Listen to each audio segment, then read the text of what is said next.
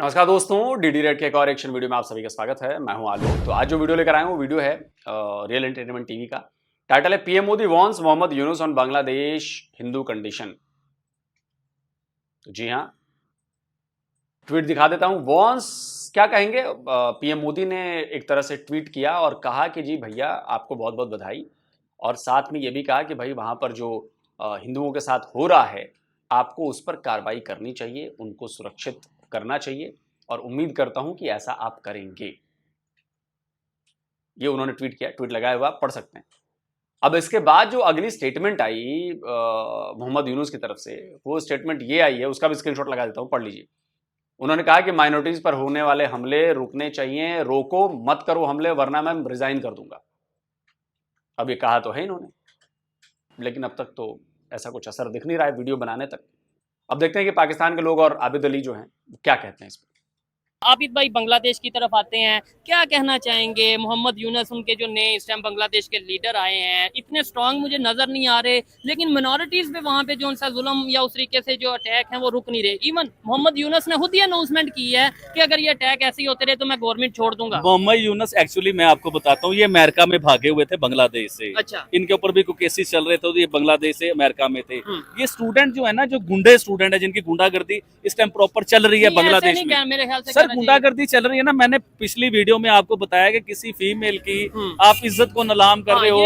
अब मैं लफ्ज नहीं मैं यूज करना चाह रहा कि अंडर गारमेंट्स तक आप नीलाम कर रहे हो, तो इसे गुंडागर्दी ही कहा जाता है। देखें उधर कितने लोग मर गए हैं, 500-600 के करीब लोग मर चुके हुए हैं। और फिर ये देखें कि जब आपकी गुंडागर्दी मानी गई, आपकी सारी डिमांडें मान ली गई, अब कत्ल क्यों हो रहे हैं? हिंदू मिनोरिटी को आपने कत्ल कर दिया, मंदिर आपने तोड़ दिए, लोगों को मारना शुरू आपने कर दिया, हिंदुओं को चुन चुन के मारा गया उधर। तो मैं बताना ये देखें जो मैं अपनी बात पे आता हूँ, अपने मुद्दे पे।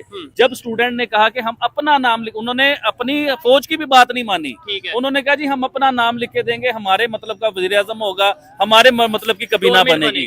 तो उसी तरह मोहम्मद यूनुस को उन्होंने नाम अनाउंस किया, उसके बाद उन्हें वजीर आजम बना दिया गया। लेकिन उन्होंने वजीर आजम बनते ही जो सबसे बड़ा बयान दिया वो सुना आपने क्या? कि भारत के अगेंस्ट बयान देना शुरू कर दिया कि भारत ने जो है सीना वाजिद को पनाह क्यों दी, और उनके लिए इतने आसान रास्ते क्यों बना दिए गए, और हिंदुस्तान क्यों भेज दिया गया, हिंदुस्तान ने ये अच्छा नहीं किया। फिर उन्होंने एक और खबर दी कि हिंदुस्तान की खारजा पॉलिसी जो है बांग्लादेश करता है उसके ऊपर भी नजरसानी की जाए। तो मैं उनसे पूछना चाहूंगा, यूनुस साहब से पूछना चाहूंगा कि आप कहां से आए हो? आप अपनी भी तो बताओ। आप बांग्लादेश को छोड़ के आप अमेरिका में भागे हुए थे। इस तरह तो नवाज शरीफ साहब भी लंदन चले गए थे, बेनजीर साहिबा भी चली गई थी।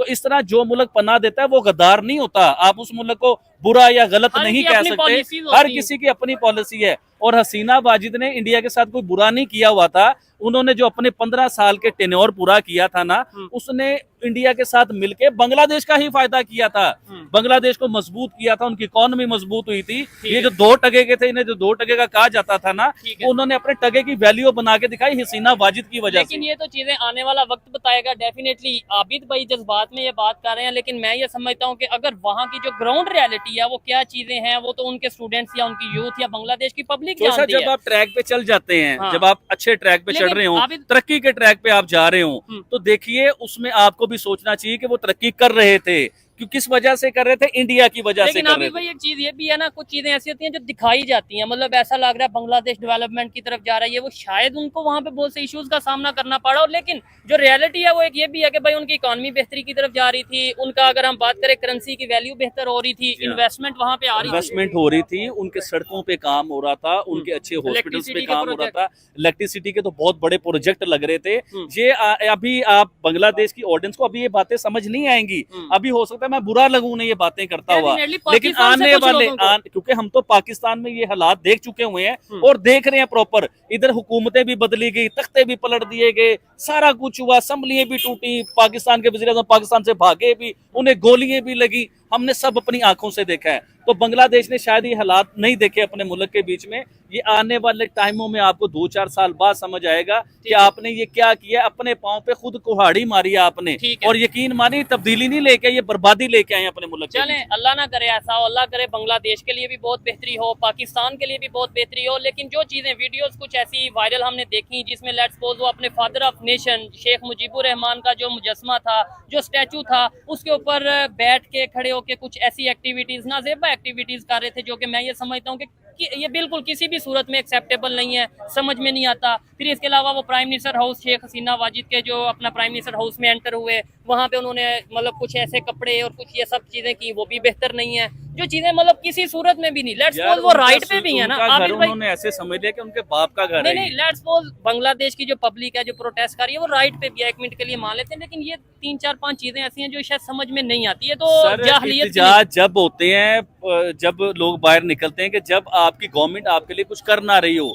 जिस तरह पाकिस्तान में इस टाइम मौजूदा हालात हैं कि गवर्नमेंट बिल्कुल बेबस होके बैठी हुई है हमारी, तो बांग्लादेश की गवर्नमेंट तो आपके लिए कर रही थी, आपको आसानियां दे रही थी, छोटे लेवल पे कर्जे आपको दे रही थी आपके खाने पीने में, क्योंकि बांग्लादेश सारा पानी के बीच में है। तो इन्हें भूख जो है ना वो इनके ऊपर पड़ जाती है, इन्हें अनाज की कमी होती है, इन्हें चावलों की कमी होती है, खाने पीने की, ये सब चीजें, आलू प्याज टमाटर जो चीजें हैं ना, ये सब इंडिया इन्हें प्रोवाइड कर रहा था और सस्ते दामों में कर रहा था। एक चीज मैं क्लियर करना चाहूंगा, जब ये इशू हुआ है, मतलब अभी से 3 दिन या 4 दिन पहले जब उनकी गवर्नमेंट खत्म हुई है शेख हसीना वाजिद की, और ये प्रोटेस्ट वगैरह एक हफ्ते से शुरू हुए थे, उससे पहले तो हमारे अपने प्राइम मिनिस्टर या हमारे अपने पॉलिटिशियन पाकिस्तान के हों, इसके अलावा हमारे जर्नलिस्ट हों, आम पब्लिक हो, हम तो बांग्लादेश की एग्जांपल दे रहे थे आज से एक हफ्ता पहले तक कि भाई उन्हें देख लो वो डेवलपमेंट की तरफ जा रहे हैं, उन्हें देख लो उनकी इकॉनमी बेहतर है। अब अचानक हमें हमारा मीडिया ये चला रहा है कि उन पे जुल्म हो रहा था, तो लो जी उन्होंने अपना हक ले लिया। मतलब बात वही आगे कि पाकिस्तान में प्रोटेस्ट होना, पाकिस्तान में तोड़ फोड़ हो,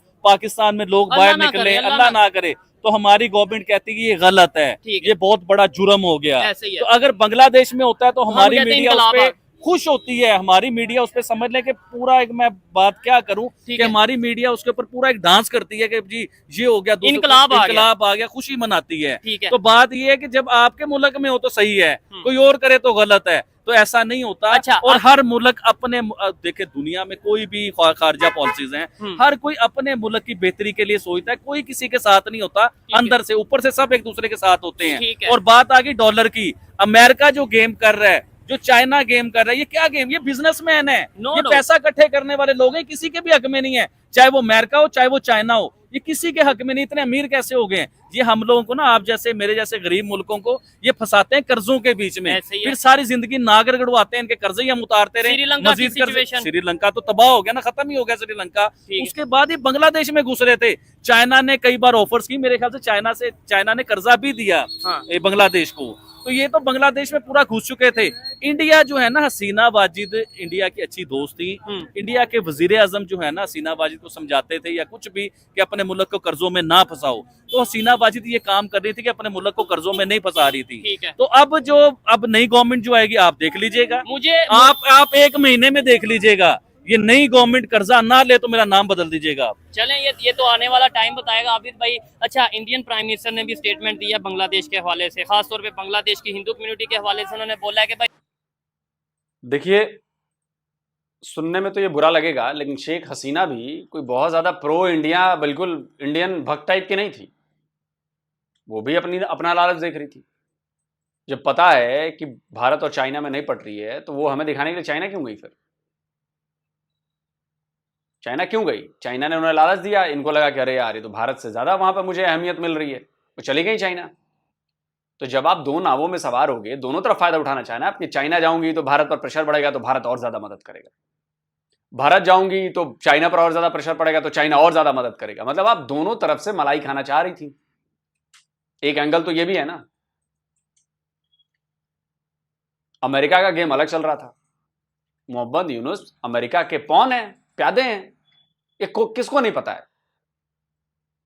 कल ही वीडियो बनाया मैंने डिफेंस डिटेक्टिव पर, आप जाकर उस वीडियो को चेक करिए, उसमें एक एक डिटेल दी है मैंने, और सारी विद प्रूफ। ये हवा हवाई बात नहीं करता मैं,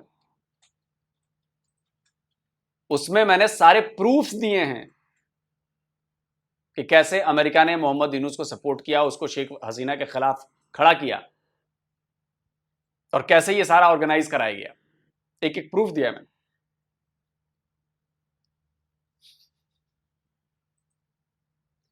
तो देखिए, कोई दूध का धुला नहीं है।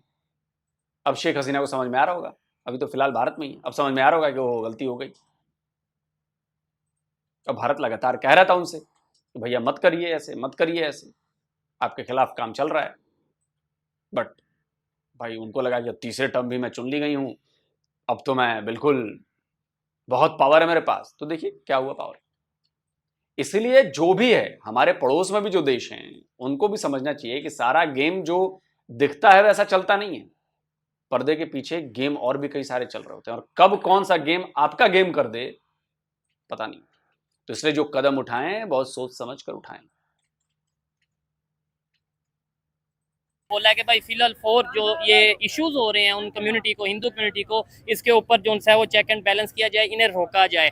समझ लें वार्न किया, डायरेक्ट अच्छा, मैसेज गलत है ना, ये गलत है। देखिए, मैं तो हमेशा ये सवाल करता हूँ और हमेशा ह्यूमैनिटी के ऊपर बात करता हूँ, क्योंकि हमारा काम है ह्यूमैनिटी का, हम पीस के ऊपर काम करते हैं। ठीक है। देखिए, बांग्लादेश के जो हिंदू हैं, देखिए प्रोटेस्ट हुआ आपके मुल्क के, आपके स्टूडेंट बाहर निकले, आपके स्टूडेंट ने बड़े एहतजाज किए, तोड़ फोड़ किए, अपने मुल्क को तोड़ना शुरू कर दिया, अपने मुल्क की बिल्डिंगें तोड़नी शुरू कर दी। हिंदुओं ने आपका क्या बिगाड़ा था? मैं हमेशा ये बात पूछना चाहूंगा कि हिंदुओं ने आपका क्या बिगाड़ा था कि आपने हिंदुओं की इबादतगाह को तोड़ना शुरू कर दिया? भाईजान, मेरी किसी मस्जिद को कोई हाथ लगाएगा तो मेरी जान पे बान आएगी कि हमारी मस्जिद के, हमारी इबादतगाह है, तो क्या वो हिंदुओं की इबादतगाह नहीं है मंदिर? ठीक है। वैसे एक चीज ये है कि जिस तरीके से आबिद भाई ऐसे मार्केट में खड़े होकर बात करते हैं ना, कभी कभी मुझे ऐसा लगता है ये किसी के लिए बात करते करते अपना नुकसान करवा बैठेंगे, क्योंकि जाहिर बात है बहुत से लोग हैं जो इन चीजों को नहीं समझते। लेट्स सपोज कि रैंडमली इधर से गुजर है, पीछे ऐसे ही है, अगर कैमरामैन दिखाएं कि लोग रैंडमली देखते हैं और फिर वो कहते हैं यार ये क्या हिंदू हिंदू, इंडिया इंडिया, ये क्या मतलब मंदिर मंदिर कर रहा है। देखें, हम लोग करते हैं ह्यूमैनिटी की बात। मेरे लिए कोई हिंदू नहीं है, मेरे लिए कोई क्रिश्चियन नहीं है, मेरे लिए कोई सिख नहीं है, मेरे लिए कोई मुसलमान नहीं है। मेरे लिए इंसानियत सबसे पहले है। मैं इंसानियत को प्रेफरेंस दूंगा, मैं कभी मुसलमान को प्रेफरेंस नहीं दूंगा, मैं कभी हिंदू को प्रेफरेंस नहीं दूंगा। अगर मुसलमान गलत कर रहा होगा तो मैं कहूंगा कि मुसलमान ने ये गलत किया है। अगर बांग्लादेश के लोग गलत कर रहे हैं, वो मंदिर को तोड़ रहे हैं, हिंदुओं को चुन चुन के मार रहे हैं। अभी लेडी कांस्टेबल की कल बात हो रही थी कि लेडीज कांस्टेबल का क्या कसूर था उस बेचारी का, कि वो हिंदू थी, वो मुसलमान नहीं थी, वो कलमा नहीं पढ़ती थी, तो आपने उसे मार दिया, आपने मंदिर तोड़ दिया, आपने हिंदुओं को चुन चुन के मारा। भाई अब अक्सर हम सोशल मीडिया पे ये भी वीडियोस देख रहे हैं कि भाई पाकिस्तान के जो स्टूडेंट्स हैं वो भी ये बात करते नजर आ रहे हैं कि भाई जैसे बांग्लादेश में हुआ है अब हम भी इनकलाब लेके आएंगे। अक्सर आपने भी शायद सोशल मीडिया पे देखा होगा। पाकिस्तान में इंकलाब बिल्कुल नहीं आ सकता, ये अपने दिमाग में से आप निकाल दीजिए, क्योंकि हमारे अदारे जो है ना वो अवाम को मारने के ऊपर इतने मजबूत हो चुके हुए हैं कि उन्हें आइडियाज आ चुके हुए हैं कि किस तरह अवाम को मारना है, किस तरह इन्हें भगाना है, किस तरह आंसू गैस करनी है, किस तरह इनके ऊपर गोलियां चली हैं भाईजान, कई लोग मरे हैं, सीधे फायर हुए हैं लोगों के ऊपर। तो इधर के लोग डर चुके हुए हैं, इधर के लोग वैसे डरपोक हो चुके हुए हैं, इधर इंकलाब नहीं आ सकता। डरपोक किस तरह हो गया इधर के लोग, ये भी मैं आपको बताता हूँ। जब आप दुनिया का महंगा आटा ले रहे होगे, बिजली महंगी खरीद रहे होगे, वो सबसे महंगे बिल बिजली के आप दे रहे, गैस आप महंगी ले रहे होगे, आप अपने बच्चों को रोटी खिलाओगे, आप अपने बिजली के बिल दोगे या प्रोटेस्ट के लिए आप बाहर निकलोगे? तो पाकिस्तानी अवाम को ऐसा फंसा दिया गया हुआ है कि ये प्रोटेस्ट के लिए बाहर आ सकते ही नहीं। ठीक हो गया, बड़ा अच्छा लगा बात करके। एक चीज जो बड़ी अहम थी, लास्ट वीडियो आबिद भाई की बहुत ज्यादा पसंद की गई, और एक चीज आबिद भाई ने उस वीडियो में बोली थी इन शर्ट्स को लेके, पाकिस्तान के फ्लैग को लेके, कि पाकिस्तान में जो एक परचम है, चैलेंज किया था, वो नीचे लोगों ने कमेंट की भरमार कर दी। उन्होंने कहा मान नहीं ना रहे थे, बाहर मान लो ना। मैंने आपको कहा था कि शोएब भाई आप मेरी बात मान लो कि इंडिया के बीच में 15 अगस्त को फ्लैग फ्री मिलता है और पूरे हिंदुस्तान को फ्री मिलता है। अच्छा, मजे की बात बताऊं, मुझे कहां से पता चला? मेरे कई दोस्त हैं हिंदुस्तान में, वो मुझे फोन के ऊपर ये बातें बताते हैं, मुझे उधर से पता नहीं, लेकिन मैंने ये सुना है अभी भी नीचे बहुत से लोग कह रहे हैं कि हाँ फ्री मिलता है, लेकिन कुछ लोग कह रहे हैं कि भाई नहीं पैसे भी देने पड़ते हैं, 100 रुपया या 50 रुपया। लेकिन बहुत फ्लैग होते हैं कई किस्म के। एक तो गवर्नमेंट आपको गिफ्ट कर रही है, गवर्नमेंट की तरफ से फ्री मिल रहे हैं। एक होता है कि आप कहते हो यार ये बड़ा खूबसूरत है, बहुत बड़ा है, वो जाहिर बात है वो आपको परचेज करना पड़ेगा। लेकिन गवर्नमेंट आपको फ्लैग फ्री देती है, ये बात 100% है। ठीक है। और पाकिस्तान में फ्लैग जो नहीं, फ्लैग का ऐसा है कि हम लोग तो फ्लैग खरीदते भी हैं। कई जगह होते हैं जो छोटे वाला फ्लैग्स आते हैं ना, जैसे मान लीजिए मैंने क्या किया कि मैंने 1000 फ्लैग्स खरीद लिए। नॉर्मली ऐसा होता है कि मैंने 1000 फ्लैग्स खरीद लिए, छोटे वाले जो हाथ में लेके ऐसे डंडी में लगे रहते हैं ना, छोटे वाले, और उसको डिस्ट्रीब्यूट कर दिया फ्री में। और कई लोग करते हैं तो ऐसे भी फ्री मिलती है। सरकार की तरफ से झंडा फ्री मुझे नहीं लगता कि मिलता है। एक बीच में स्कीम कोई शुरू हुई थी कि आप जाइए उस पर रजिस्टर करिए, आपके घर बाई पोस्ट वो फ्री झंडा आ जाएगा। अब वो चल रहा है कि नहीं चल रहा है मुझे आइडिया नहीं है। बाकी मैंने कुछ बड़े झंडे अपने लिए ख़रीदे थे 15 अगस्त के लिए, अभी फिर उसको निकालूंगा, तो वो मैंने जाकर परचेज़ किए थे भाई, वो बड़े झंडे थे थोड़े, वो परचेज़ किया था मैंने। बाकी कई जगह पे सोसाइटीज़ जो होती हैं वहाँ मेंटेनेंस टीम क्या करती है कि झंडे खरीद लेती है और पूरी सोसाइटी में फ्री ऑफ कॉस्ट बांट देती है। जैसे हमारी सोसाइटी में 1700-1800 फ्लैट है, तो अगर 1700-1800 फ्लैट में मान लो दो लोग भी ऑन एन एवरेज रहते हैं तो 3,000 3,500 लोग 3,500 लोग रहते हैं, तो 2,500-3,000 झंडे खरीद लिए जाते हैं और उनको फ्री में डिस्ट्रीब्यूट कर दिया जाता है जो सोसाइटी की मेंटेनेंस टीम है उनकी तरफ से। तो लोगों को पैसा नहीं देने होते। तो ऐसा अक्सर होता है, ये हम लोग करते हैं ऐसा। तो इससे क्या होता है कि जो बेचारे झंडे बनाने के लिए दो पैसे का जुगाड़ हो जाता है ना, वो झंडे बनाते हैं, पैसे लगाते हैं, तो उनका बिजनेस चल जाता है, उनको अच्छी कमाई हो जाती है, बाकी लोगों को फ्री में झंडे मिल जाते हैं। तो ये है। आम सा भी एक परचम है छोटा हमारा, अगर बात करें तो वो तकरीबन 100, 150, 200 से स्टार्ट होता है, बिल्कुल जो बच्चे हाथ में लहराते हैं। वो जो बिल्कुल आप जिसकी बात कर रहे हो ना, वो हाथ में भी नहीं आता। जो सही फ्लैग जिसे कहते हैं ना, झंडा जिसे कहते हैं, हाँ। वो 1,000 रुपए से स्टार्ट होता है, 5,000 रुपए तक जाता है। हम लोग खुद 5-5 रुपए का अपने घर पे लगाने के लिए परचेज करते हैं, इसलिए मुझे रेट का पता है। ठीक है, इस दफा 14 अगस्त आपको क्या लगता है अवाम उसी तरीके से पुरजोश तरीके से जोशो खरोश से सेलिब्रेट करेगी जैसे ये आप तो सेल करते हैं, आप मार्केट में होते हैं, ऐसे ही उसी जोशो खरोश से लोग? चौधरी साहब, परचेजिंग पावर खत्म हो चुकी है, लोगों में इतना हौसला ही नहीं है कि लोग निकल के 14 अगस्त की परचेजिंग कर सकें। देखिए, जिन्हें अल्लाह ने दिया है, जिनके पास बहुत ज्यादा पैसे हैं, वो करते भी हैं, लेकिन नॉर्मल जो आम आदमी है, आम तबका जो है, 14 अगस्त की कोई परचेजिंग नहीं कर रहा, क्योंकि लोग फंसे पड़े हैं गुर्बत के बीच में। इधर गुर्बत चल रही है, बहुत बड़े लेवल की गुर्बत चल रही है। आपने लास्ट टाइम बोला था इस दफा दिल पाकिस्तान की बजाय बिल पाकिस्तान होगा, और रेली ये लोग अब कहने लगे हुए, आम हो गई है ये बातें। हाँ। और मुझे लगता है कि पाकिस्तान में लोग हमारी वीडियो देखने लगे हुए हैं। नो डाउट, क्योंकि मुझे कई लोगों ने, ये आप वाली बात ना, कई लोगों ने आया कहा कि आबिद भाई आप वीडियो में कह रहे थे दिल पाकिस्तान की जगह पे बिल पाकिस्तान अब चलेगा, तो मतलब लोग वीडियो देखने लगे हुए हैं। No doubt. और मैंने तो अभी रिसेंटली आज भी मुझे 1-2 भाई मिले जिन्होंने प्रॉपर बोला कि भाई ना सिर्फ हम आपकी वीडियोस देखते हैं बल्कि अप्रिशिएट करते हैं। आज से 6 माह, 1 साल, 2 साल पहले तक जो लोग ये कहते थे कि ये गद्दार हैं, ये इंडिया की तारीफ करते हैं, ये पाकिस्तान को डिग्रेड करते हैं, आज उन्हें इन चीज की समझ लगी है कि पाकिस्तान को डिग्रेड नहीं, पाकिस्तान की बेहतरी के लिए बात की जाती है कि भाई देखें दुनिया के दूसरे कंट्रीज में क्या हो रहा है, वहां पे महंगाई की क्या सूरत हाल है, पाकिस्तान में महंगाई की क्या सूरत हाल है। हमें पाकिस्तान को आगे लेके जाना है, और वो तभी लेके जा पाएंगे जब हम गलतियां समझेंगे। जब मैं गलती अपनी मानूंगा नहीं और मैं कहूंगा मैं ही ठीक हूं, तो आपको लगता है कि वो गलती कम होगी या बढ़ेगी? अच्छा, हम ना अपनी बात के ऊपर अड़ भी जाते हैं। हाँ, गलती करके हम अपनी जिद बना लेते हैं, अपनी, उसे मैं हमेशा कहता हूँ, झूठी अना बना लेते हैं, और उस झूठी अना के ऊपर हम खड़े हो जाते हैं कि जी हम झूठी अना के ऊपर खड़े हुए हैं। उस झूठी अना की वजह से पाकिस्तान ने बहुत बहुत बड़े नुकसान उठाए हैं। तो प्लीज उस झूठी अना से आप बाहर निकल जाएं और पाकिस्तान के बारे में सोचें। मैं दोबारा एंड पे फिर जो है ना अरशद नदीम को जो मैं मुबारकबाद देना चाहूंगा, नीरज चोपड़ा की वालदा को सैल्यूट करना चाहूंगा। यकीन माने, आप पूरी पाकिस्तान की माँ बन गई हैं, आपने पूरे पाकिस्तानियों का दिल जीत लिया है। बच्चा आपको जानता है, रियली मैं आपको सही कह रहा हूँ। इस टाइम वायरल है पाकिस्तान में उनका जो क्लिप, जो उन्होंने बोला है कि भाई अरशद नदीम भी मेरा बेटा है और नीरज चोपड़ा भी मेरा बेटा है, दोनों ने जो गोल्ड जीता, एक ने गोल्ड और एक ने सिल्वर जीता है, समझ लो मेरे बेटों ने वो मेडल जीते हैं। मैं खुद एज ए पाकिस्तानी इस चीज को अप्रिशिएट करता हूँ, और मैं समझता हूँ जैसे वहां से एक पॉजिटिव गेस्चर आया, यहाँ से भी पॉजिटिव गेस्चर जाना चाहिए।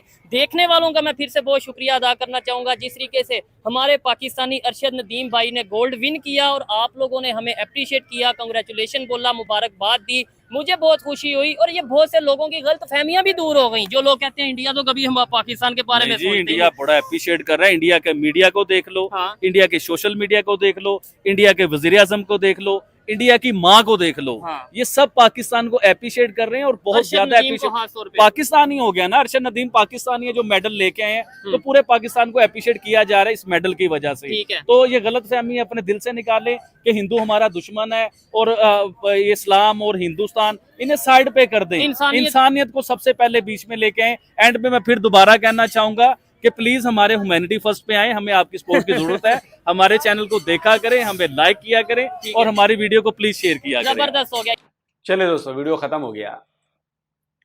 देखिए, अरशद नदीम की तारीफ तो मैंने भी की, गोल्ड जीता तो मैंने पोस्ट भी लगाया। उसके पहले एक वीडियो बनाया था, निमरा का वीडियो था, उसमें एक भाई साहब उसको उल्टा बतौर से उसकी इंसल्ट की थी उन्होंने, तो मैंने उनको खरी खोटी भी सुनाई। आप जाकर वीडियो देख सकते हैं। मैंने तारीफ उसके गेम की है, मैंने तारीफ उसकी एबिलिटी की है, मैंने तारीफ उसकी डेडिकेशन की है, मैंने तारीफ उसकी हार्डवर्क की है। मैंने ये कहा कि असल टैलेंट ये है, असल जज्बा इसको कहते हैं जो परफॉर्म होके दिखाती है। बाकी सब पाकिस्तानी एकदम फर्जी बातें, फेक बातें करते हैं कि जज्बा है, टैलेंट है, ये है, वो है, घंटा है तुम लोग के पास, कुछ नहीं। टैलेंट होता तो अरशद नदीम जैसा निकलता, समझे? टैलेंट होता तो नीरज चोपड़ा की तरह निकलता। कई पाकिस्तानी मुझे कह रहे हैं, देखा मसल दिया हमने इंडिया को, हमने ये कर दिया, हमने वो कर दिया। मैं देख रहा हूं कई यूट्यूबर्स जो नफरती यूट्यूबर्स हैं पाकिस्तान के, वो कर रहे थे इस्लाम की जीत है और ये जीत है। ठीक है यार, तुम्हारा कूड़ा कचरा जो भी करना है उसकी जीत बताओ, जो मन करे वो करो। मैंने उसके खेल के लिए कहा, उसकी मेहनत के लिए किया, उसके टैलेंट के लिए किया, उसके असल जज्बे के लिए किया। नीरज चोपड़ा के साथ उनकी ग्रोइंग की इंजरी है, वो आज की इंजरी नहीं है, कुछ साल भर से वो इंजरी से जूझ रहे हैं। और एक चैंपियनशिप में वो नहीं खेले तो अरशद नदीम ने उसमें मेडल जीता। और अरशद नदीम का ये ऑन कैमरा रिकॉर्ड इंटरव्यू है जिसमें वो कह रहे थे कि मैं नीरज को बहुत मिस कर रहा था उस गेम में। तो ग्रोइंग की इंजरी जो है उनकी बहुत लंबे टाइम से चल रही है और पूरी तरह से अभी रिकवर नहीं है। उनकी जो ट्रेनिंग भी चल रही थी वो ग्रोइंग की इंजरी की वजह से उनको प्रॉब्लम हो रही थी। और उसके बाद भी लड़के ने 90 मीटर फेंका, 89.45 फेंका ना, उस इंजरी के बाद भी। इसीलिए वो थोड़े निराश थे कि अगर इंजरी नहीं होती, वो रिकवर हो गए होते फुल्ली तरह, तो और टक्कर देते वो। लेकिन खैर उन्होंने इसको बहाना नहीं बनाया, उन्होंने तब भी मेडल जीत कर दिखाया सिल्वर।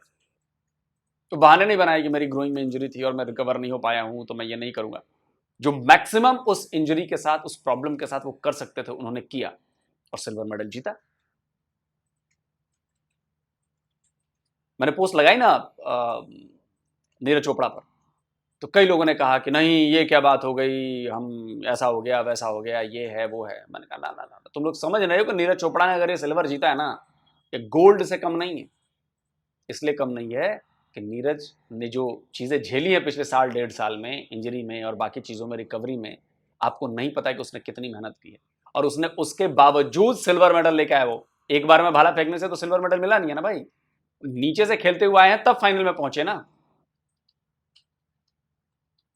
तो आप उस मेहनत को नजरअंदाज मत करिए। नीरज ने वो काम किया है जो भारत का कोई एथलीट नहीं कर पाया होगा शायद, कि 2 लगातार ओलंपिक्स में, एक में गोल्ड एक में सिल्वर मेडल लेकर आए वो।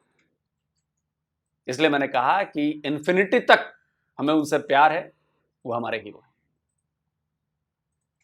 रही बात बांग्लादेश की, तो देखिए जो बांग्लादेश कर रहा है ना, या बांग्लादेश के लोग जो कर रहे हैं, वो रेडिकलाइज्ड होकर और इस्लाम को वेपन की तरह इस्तेमाल करके कर रहे हैं। भारी नुकसान उठाना पड़ेगा, भारी। अगला पाकिस्तान है बांग्लादेश, ये तो मैं कई सालों से कह रहा हूं। और वैसे तो ओरिजिनली तो पूर्वी पाकिस्तान ही है ना, ईस्ट पाकिस्तान ही है ना। वो भी भारत के साथ नहीं रहना चाहता था ना, तभी तो ईस्ट पाकिस्तान बना।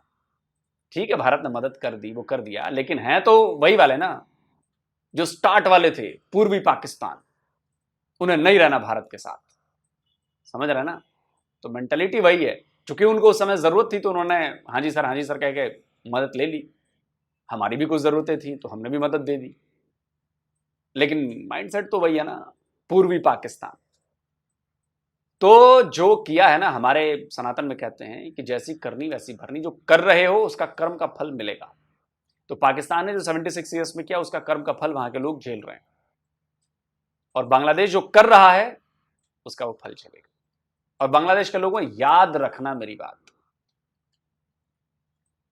याद रखना कि किसी भारतीय सनातनी ने बात कही थी, याद रखना। कमेंट करके आप बताएं आप क्या कहते हैं। जल्दी मिलता हूं एक और नए वीडियो के साथ। नमस्कार, जय हिंद।